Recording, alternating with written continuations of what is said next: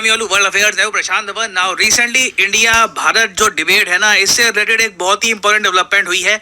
NCERT का एक बहुत ही इंपॉर्टेंट पैनल है, इन्होंने ये कहा है कि हमारे हिसाब से जो भी एनसीईआरटी की किताबें हैं वहां पे इंडिया को हमें रिप्लेस कर देना चाहिए विद भारत। यहाँ पर आप देख पाओगे आर्टिकल, एनसीईआरटी पैनल ने ये सजेशन दिया है कि India should be replaced with Bharat. Now मैं ये ऐड कर दूं, ये अभी सुझाव है, एनसीईआरटी ने अभी ये नहीं कहा कि इस सुझाव पर ये लोग काम करना स्टार्ट कर देंगे। जब एनसीईआरटी से पूछा गया कि क्या सच में अब सारी स्कूल टेक्स्ट बुक्स में चाहे इंग्लिश हो हिंदी हो इंडिया की जगह भारत लिखा होगा, तो एनसीईआरटी ने अभी के लिए ये कहा है कि हमने इस पर कोई निर्णय लिया नहीं है, अभी जल्दबाजी में कोई निर्णय इस पर होगा नहीं। It is too premature to comment. तो अगेन इन्होंने ये भी नहीं कहा कि ये बिल्कुल नहीं होगा और ये भी कमेंट नहीं करी कि ये बहुत ही जल्द लागू कर देंगे। बट क्वेश्चन देखिए यहाँ पर अब ये खड़ा हो गया है कि क्या स्कूल टेक्स्ट बुक्स में, अगेन ये हम बहुत ही इंपॉर्टेंट टॉपिक के बारे में बात कर रहे हैं, हमारे देश में जो बच्चे हैं जो नाम पढ़ के बड़े होंगे, बाद में उनकी जो सोच है, जो उनका सोचने का तरीका है, उस नॉलेज से, उन बुक से बहुत ज्यादा इम्पैक्टेड होगा। आज के समय आपकी जो भी सोच है, जो भी पर्सनालिटी है, उसमें कहीं ना कहीं एनसीईआरटी किताबों की छाप भी होगी। चाहे अब आप फील ना करते हो, आपको लगता हो बहुत सारा आपने कंटेंट कंज्यूम कर लिया है, आप बहुत सारी और चीजें सीख गए हो, मगर बचपन में जो आपने एनसीईआरटी की किताबें या फिर जो भी किताबें पढ़ी थी, उनकी छाप डीप आपकी पर्सनैलिटी में रहती है। तो इस वीडियो में हम डिस्कस करेंगे टॉपिक, बहुत कुछ यहाँ पे आपको जानने को मिलेगा हुई है।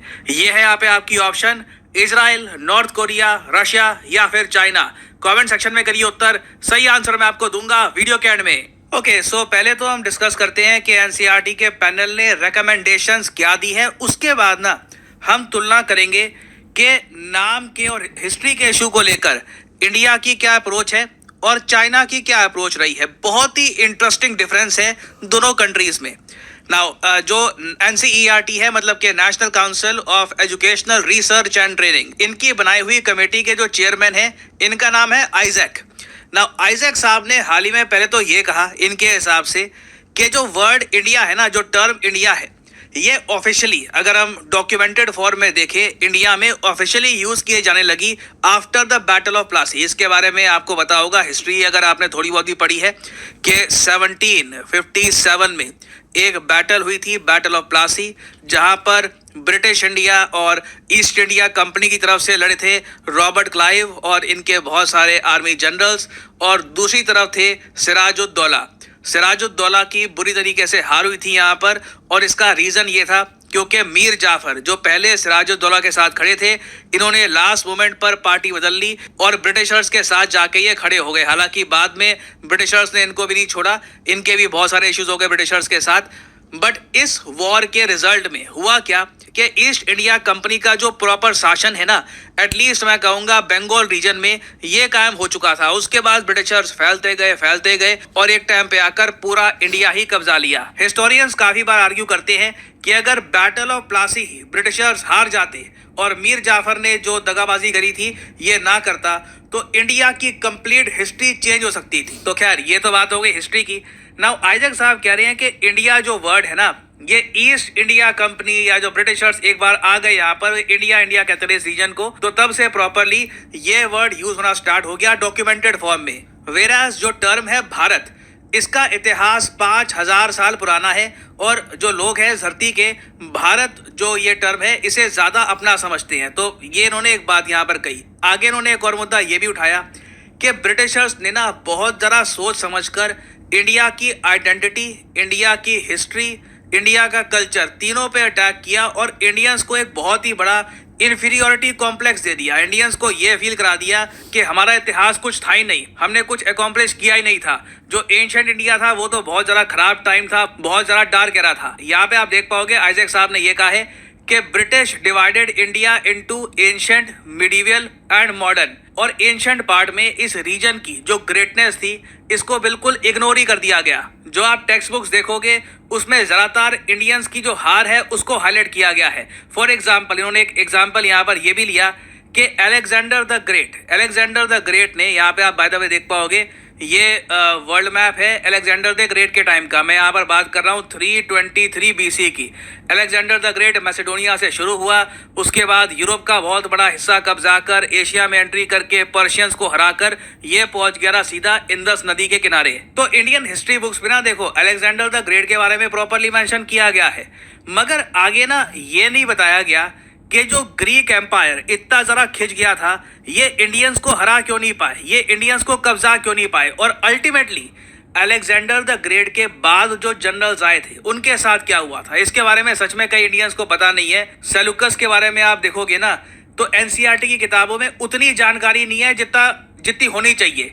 आई मीन मेंशन किया हुआ एक दो जगह, मगर जो सेलुकस के बारे में इंडियंस को पता होना चाहिए वो पता नहीं है। मैं हल्का सा आपको आइडिया दे दूं, अलेक्जेंडर द ग्रेट ने इंडिया कब्जाने की कोशिश करी, ज्यादा इंडिया की टेरिटरी को नहीं कब्जा पाया। बिल्कुल आप कह सकते हैं इंदस नदी के आसपास का जो रीजन है वहीं तक ये सिमट के रह गया, उसके बाद बीमार हो गया या जो भी इश्यूज थे उसके, वो मर गया। अलेक्जेंडर द ग्रेट के मरने के बाद ऐसा तो था नहीं कि उसका पूरा साम्राज्य एक क्षण में बिखर गया, गायब हो गया।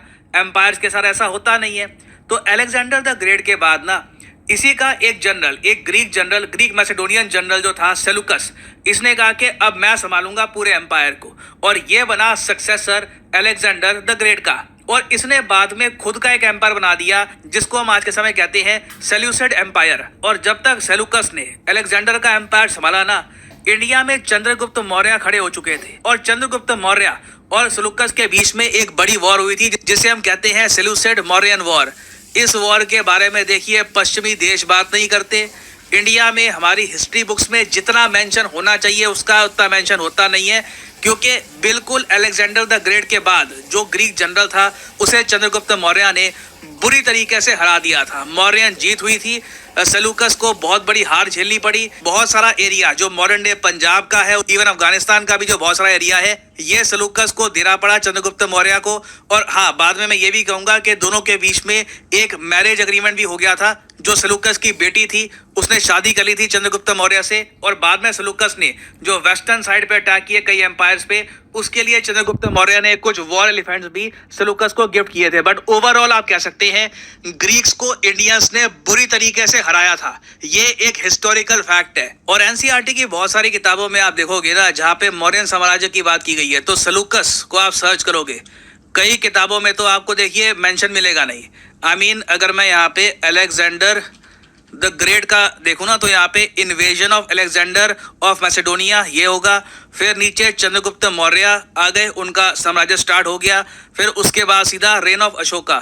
सेलुकस के बारे में यहाँ पे जानकारी नहीं है। और भी देख लीजिए, देखिए कई किताबें हैं, एनसीईआरटी की बहुत सारी बुक्स हैं, उसमें कई जगह सेलुकस की बात की भी गई होगी ना, तो देखिए वहां पे ये लिखा होगा कि सेलुकस ने मेगास्थनीज को भेजा था इंडिया में एज एन एम्बेसडर। ये सारी बातें होंगी जो एक्चुअल एक वॉर हुई थी, और मौर्यन साम्राज्य ने किस तरीके से ग्रीक साम्राज्य को एक बड़ा झटका दिया था ना, ये चैप्टर ऑलमोस्ट वर्ल्ड हिस्ट्री से ही काफी हद तक गायब हो चुका है। और आइजैक साहब ने भी यहाँ पर यही बात बोली है, इशू सिर्फ ये नहीं है कि अपना जो कंट्री का नाम है इसको हम लोगों को बस याद दिला दे कि इंडिया से ज्यादा भारत बुला करो, बहुत सारी और चीजें भी है। इंडियंस को ये भी बताना चाहिए कि हिस्ट्री में हम बहुत बार जीते भी हैं, नहीं तो अभी के लिए हिस्ट्री हमारी ऐसी स्ट्रक्चर्ड है जहाँ पे लॉसेस लॉसेस लॉसेस, फिर गुलामी का बड़ा पीरियड, एक आप मुड़ के देखते हो सच में कॉम्प्लेक्स आ जाता है कि हो क्या रहा था हमारे साथ। आई मीन क्या हम इतने ज्यादा वीक थे, क्या हमारे साथ ऐसा फिर तो नहीं हो जाएगा।